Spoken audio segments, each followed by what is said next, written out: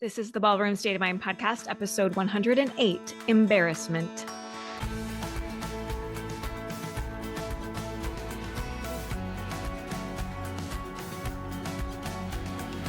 How are we doing, my friends? Welcome to the podcast. What I wanted to talk about today is embarrassment. And as I work with clients and we try to get to the bottom of our fears and our blocks and what comes up for people, frequently at the end of the line is, I don't want to feel embarrassed.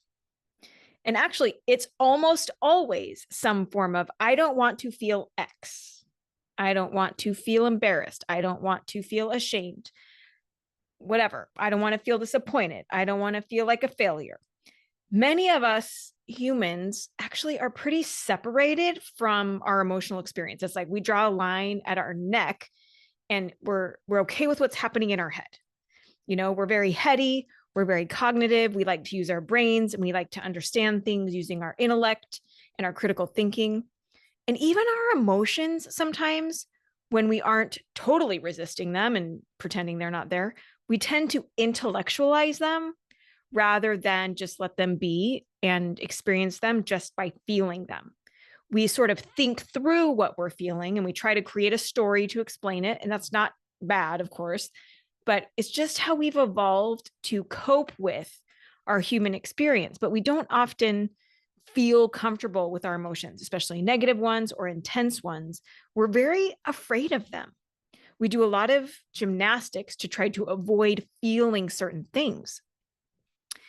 And in my work, what I tend to find is that we just have a lot of fear around certain outcomes. Like we don't want to mess up. We don't want to make mistakes. We don't want to look silly. We don't want to disappoint people, all because if I do, then I will feel X. And like I've told you in the past, the worst thing that can happen to you is always a feeling.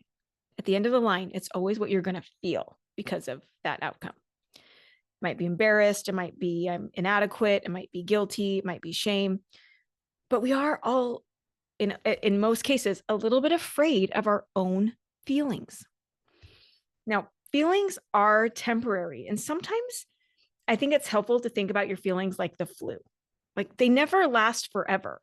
You know, there's a reason that you're feeling something when you have the flu. There's a reason for it. And we know there's a reason for it, but we may not be able to pinpoint it. We may not be able to pinpoint where it started or how we got it. And sometimes we do look back, and it is useful to look back and try to figure out what caused it so that I can prevent it.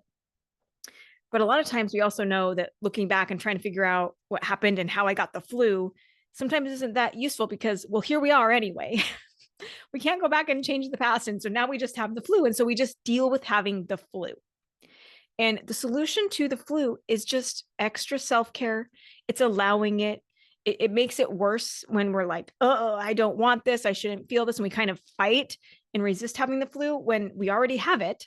So the best thing to do is just allow it, to let it take its course, and to not make it worse by creating terrifying or negative storylines around it. But that's what we do with our emotions. You know, we might make it worse with all the storylines that come around when we're feeling a certain way. One emotion, like I said, that continually comes up that we want to avoid is embarrassment. And this makes sense, of course, because we are tribal and we care very much about how we're perceived. And truthfully, I could do a whole nother podcast on the fear of being perceived, the fear of being seen. Because a lot of us, when we're dancing small and we're shrinking, and we are very fearful of being actually seen and perceived. And it's very uncomfortable for us. But I don't want to get off on that tangent. But it's a very vulnerable thing to be seen and to be perceived. And we want to be valued and we want people to approve of us. And embarrassment is sort of a self-consciousness. Sometimes I think it's useful, actually. Lately, I've been trying to replace the word embarrassed with self-conscious. Embarrassment is sort of a self-consciousness. It might feel like shame, or it might feel like awkwardness. Psychology Today, somewhere online, I found it, that they stated that the embarrassed individual, this is what embarrassment is about, that the embarrassed individual becomes conscious of a real or imagined failure to comply with social norms, and fears that others won't view them as highly, as a result.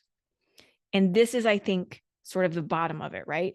Because there's a key part of embarrassment that requires the involvement of others, or at least the witnessing by an outside party. If we messed up in a studio all by ourselves, we might not like it. But if no one saw it, we might feel a little bit embarrassed for ourselves, but not as much as if there was other people there. It's more likely we would feel shame or we'd feel frustration, but less so embarrassment, because it does sort of imply that somebody saw it or witnessed it or thought less of us because of it. We just don't like being seen making mistakes, especially as adults. We don't want to be seen not following social norms. We don't want to stand out in a bad way, and especially if it means people will think less of us. And at a dance competition, that sort of feels certain to us because we are being judged. Not only are they seeing us and perceiving us, but they're probably judging us. And certainly some people definitely are, because they're being paid to do that. But ask yourself, do we actually think that we should never fall short? That we should never, ever do things poorly? That we should never be in process? Do we actually think that we should always be impressive? That we should always present a finished, polished, perfect presentation? I know that we dream of that and that we want that, but that is actually rarely ever true. That almost never happens. Perfection is an illusion. Even the things that to us look like perfection, look polished, look finished, look like people never make mistakes, they would tell you that it wasn't perfect and that there were mistakes and that they didn't do things in the ways that they intended. But think about this. What if we could make peace with being human and feeling embarrassed sometimes? Whatever it is that we fear, when we try to avoid it, it doesn't make it go away. It makes it bigger. So whatever it is that we fear, I recommend that we turn and face it and we lean into it, especially if it's safe to do so and emotionally we're strong enough to do it. Then let's turn and face it and make peace with it so that we don't have to be afraid of it. What if we could make peace with feeling embarrassment? Okay. And I feel like when I call it self-conscious, I feel a little bit, it feels less charged. It feels less scary. I'm like, oh yeah, of course I'm self-conscious. What if we didn't fear feeling embarrassed? What if we just knew that it was part of the deal and it would still not feel good? But what if, like the flu, we understood it would pass soon enough? It's very temporary. Should we only proceed with anything when we know that nothing will go awry? Because if that was the case, you would not proceed at all. You can't control all the variables. You can't control the environment. You can't control your partner. You can't control your shoe getting caught or 100 other things. At this last competition that I did in Nashville, at one point, like I said, someone who was not me messed up a part of the routine and I was doing fine and I couldn't control that part. Or there was another part where my heel got caught on part of the shoe of my other foot. And so I was like tangled up on myself. And I don't know why that happened. And I couldn't control that. And it kind of messed things up for a minute. There's 100 things that you can't control. And the reality is that if you never feel embarrassed or you never feel fear, then you're probably not risking anything. You're probably not putting yourself out in the world. You can live a pretty free of embarrassment life if you never take any chances. Okay. But if you want to do anything great, if you want to stretch yourself in any way, some embarrassment is the price. Ask yourself, am I willing to pay that price? That is how greatness is earned. You cannot skip it. You don't learn things and then flip a switch and you're just great at it. That's not the way it works. There's a whole lot of doing it wrong, making mistakes, being cringy, and having some ugly application until you get it figured out. As you're trying to embody it, as you're trying to get it in your body and get it to the point where it feels and looks natural and feels and looks good, until you get to that point, it's going to be embarrassing. You can't skip it. And guess what? Some people will see that. But what if you just made peace with that and you didn't have to hide it?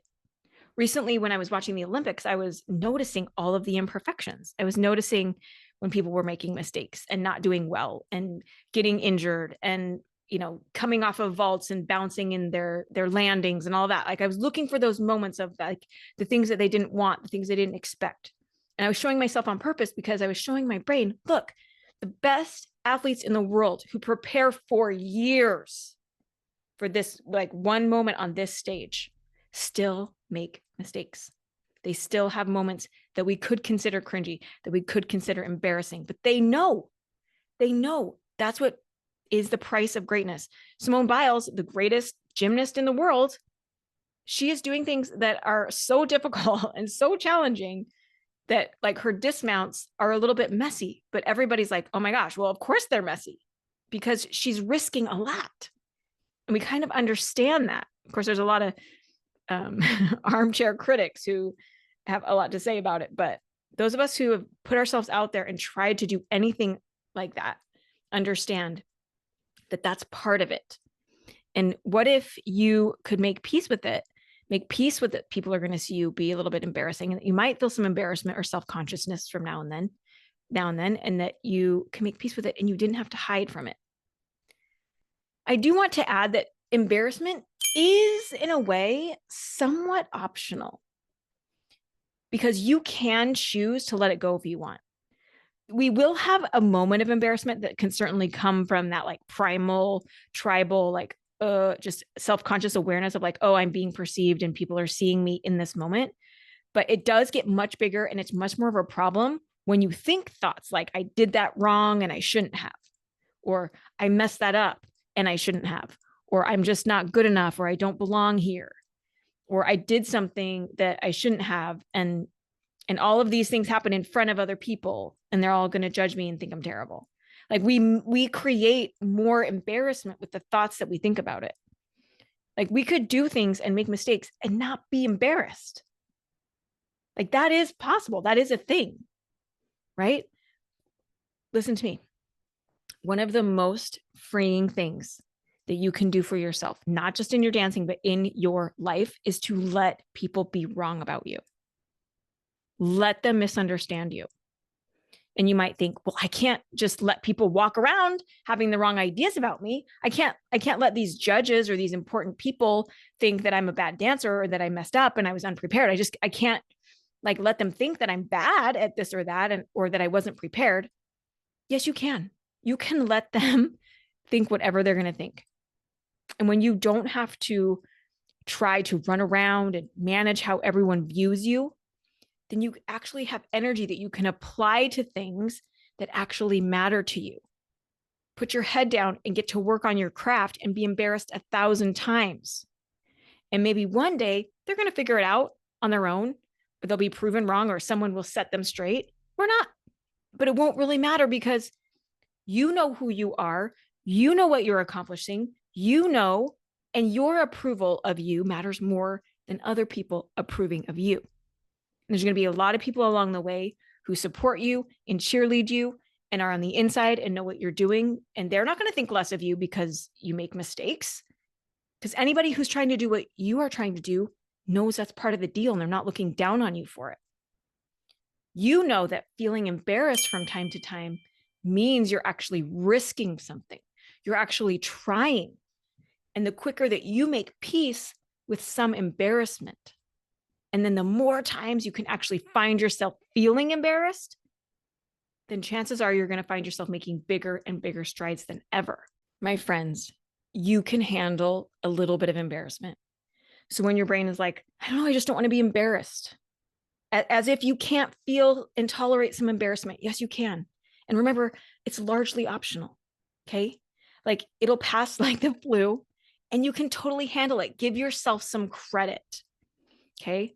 I love you. You're doing great things. You're doing beautifully. I'm so proud of everything that you're doing. And remember, if you're feeling a little bit embarrassed, good for you. All right. Have a good one. I'm going to catch you next time.